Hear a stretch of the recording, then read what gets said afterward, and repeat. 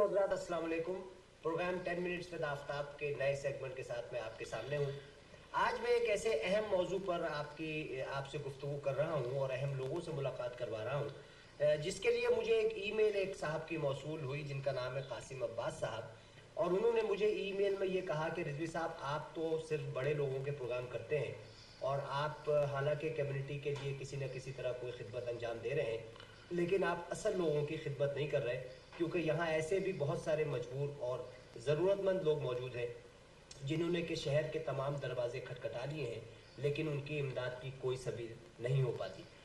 قاسم عباس صاحب نے مجھے ایک ٹیلی فون نمبر دیا، میں نے ان خاتون سے بات کی اور آج وہ خاتون میری مہمان ہیں جن کا نام ہے یاسمین اخلاق، اور ان کے ساتھ ان کی بیٹی بیٹھی ہیں ربیکہ، جو کہ آج ہمارے اس پروگرام کی مہمان ہیں. میں آپ لوگوں کو یہ بتاؤں کہ یہ جو فیملی ہے یہ ریفیوجی اسٹیٹس پہ ہے کینیڈا میں اور شدید طور پر بیمار بھی ہے اور مالی مشکلات کا بھی شکار ہے. تو میری خواہش یہ ہے کہ جو حضرات یہ پروگرام دیکھیں اور اس کے بعد اگر مناسب سمجھیں تو ان خاتون کی مدد کریں، کیونکہ یہ ان کی مدد کرنا دراصل کوئی ہم ان پر احسان نہیں کریں گے، لیکن یہ کہ جو اللہ تعالیٰ نے ہمیں نعمتیں دی ہوئی ہیں، ہم اپنے پیروں پر چل رہے ہیں، ہم اپنے کانوں سے سن رہے ہیں، اپنی آنکھوں سے دیکھ رہے ہیں، یہ ساری وہ نعمتیں ہیں جن کا کہ ہم شکر نہیں ادا کرتے، کیونکہ ہم یہ سمجھتے ہیں کہ یہ تو سب کو دی ہوئی ہے.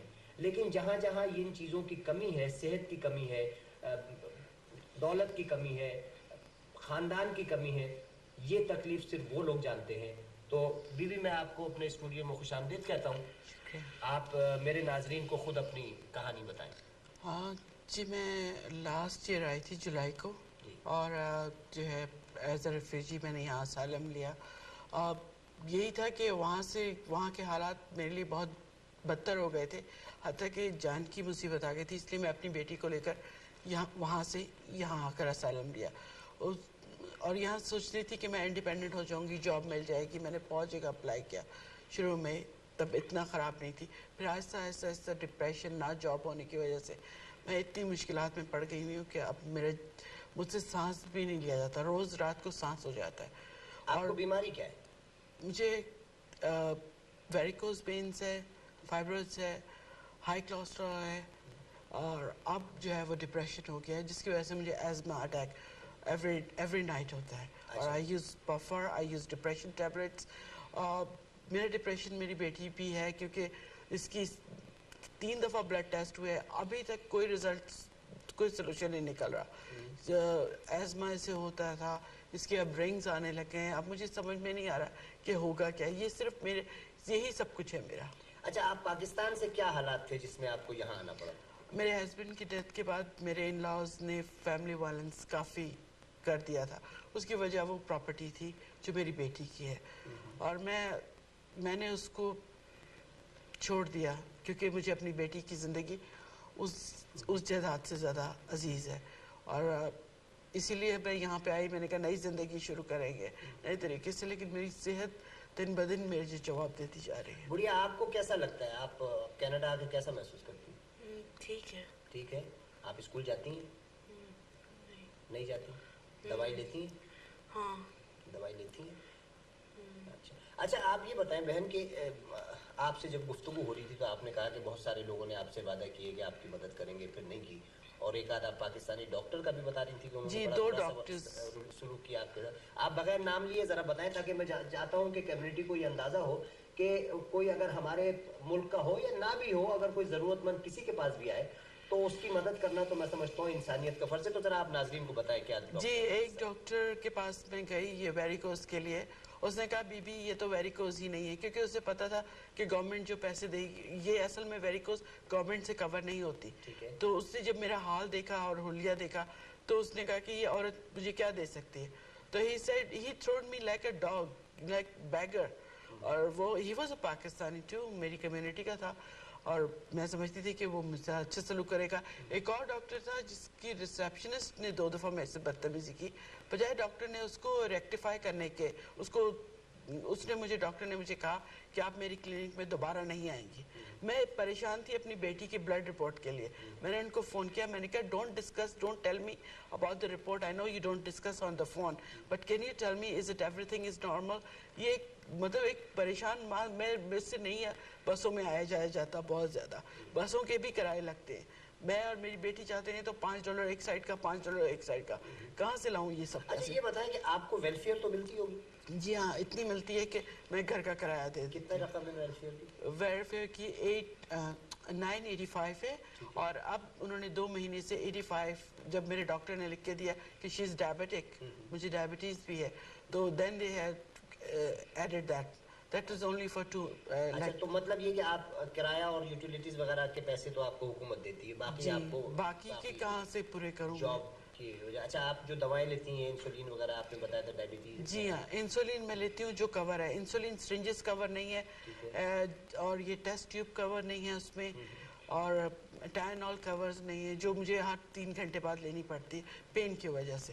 ناظرین میں آپ کو ایک بات بتاؤں کہ ان سے جب گفتگو ہوئی تو انہوں نے کہا کہ ٹورانٹو میں 2 ایسے اشخاص تھے جنہوں نے کہا کہ ان کی مدد کریں گے.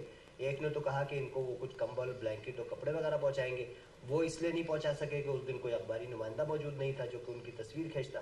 اور ایک صاحب نے کہا کہ چونکہ ہم اپنی ساری یہاں کی جو آمدنی ہے وہ زکوٰۃ کی حیثیت سے پاکستان بھجوا دیتے ہیں, لہٰذا ہم آپ کی امداد کرنے سے قاصر ہیں. پھر انہوں نے $200 کا وعدہ کیا اور اس کو بھی آج 4 مہینے ہو گئے اور وہ وعدہ پورا نہیں ہوا ہے. خاتون ایک چیز میں آپ سے پوچھنا چاہتا ہوں کہ آپ جب کینیڈا آئی تھی تو آپ کی کیا توقعات تھی کینیڈا سے؟ بہت زیادہ ہائی ہوپس نہیں تھی مجھے, صرف یہ تھا کہ عزت سے میں جی لوں گی, اپنی بیٹی کے ساتھ سروائیو کر لوں گی. ایک سکولنگ فری تھی, پاکستان میں تو میں افورڈ ہی نہیں کر سکتی. دوسرا یہ کہ میں نے سوچا تھا کہ میڈیکل بھی فری ہے, اور تیسرا ایک تحفظ تھا جان کا.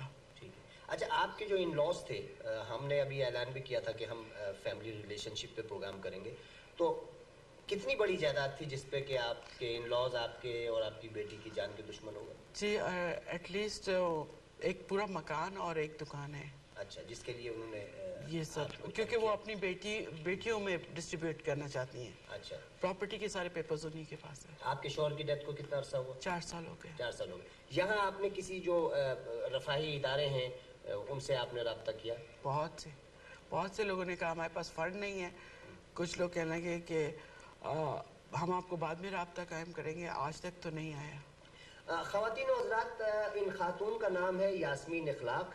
ان کا ٹیلی فون نمبر ہے 9052307755, اور رائل بینک کا اکاؤنٹ نمبر ہے 00482512437 یہ ابھی آپ اسکرین پہ بھی دیکھیں گے. میری آپ سے درخواست صرف اتنی ہے کہ دیکھیے, دنیا کے آپ کسی بھی ریاضی دان سے پوچھیں یا کسی بچے سے پوچھیں کہ اپنے 4 میں سے آپ 2 نکال دیں گے تو آپ کے پاس جواب کیا آئے گا, باقی کیا بچے گا, تو ہر شخص یہ جواب دے گا کہ باقی 2 بچے گا. لیکن اللہ تعالیٰ کا حساب کچھ ایسا ہے کہ اگر آپ 4 میں سے اس کے نام پر 2 نکال دیں گے تو جواب 6 آئے گا, جواب 2 نہیں آئے گا. اتنی سی بات ہے. لیکن ہمارے ساتھ ایک پرابلم یہ ہے کہ جب ہم کسی کی امداد کے لیے اپیل کرتے ہیں یا سوال کرتے ہیں تو بنیادی 3 سوالات ہمارے ذہن میں آتے ہیں. پہلا سوال تو یہ ہوتا ہے کہ جو آدمی یہ اپیل کر رہا ہے اس کا اپنا ذاتی کیا انٹرسٹ ہے, وہ بغیر انٹرسٹ کے یہ کام کیسے کر رہا ہے. دوسرا سوال یہ ہوتا ہے کہ جس آدمی کے لیے بات کی جا رہی ہے آیا وہ اس کام کے لیے مستحق ہے یا نہیں ہے. اور تیسرا جو سب سے زیادہ مجرمانہ سوال ہوتا ہے یا جواز ہوتا ہے وہ یہ ہوتا ہے کہ اور بھی تو اتنے ضرورت مند ہیں, ان کی مدد کیوں کی جائے. یہ ایک شریفانہ طریقہ ہوتا ہے اس چیز سے منہ موڑنے کے لیے کہ ہم ان کی مدد نہیں کرنا چاہتے. میرا آپ سے یہ درخواست نہیں ہے, میری آپ سے یہ سوال نہیں ہے کہ آپ اپنے آدھے پیسے ان کو دے دیں یا $10,000 ان کو دے دیں. میں تو صرف آپ سے یہ چاہتا ہوں کہ ان خاتون کی مدد کریں, اور اس طرح کریں کہ آپ کو پتہ بھی نہ چلے.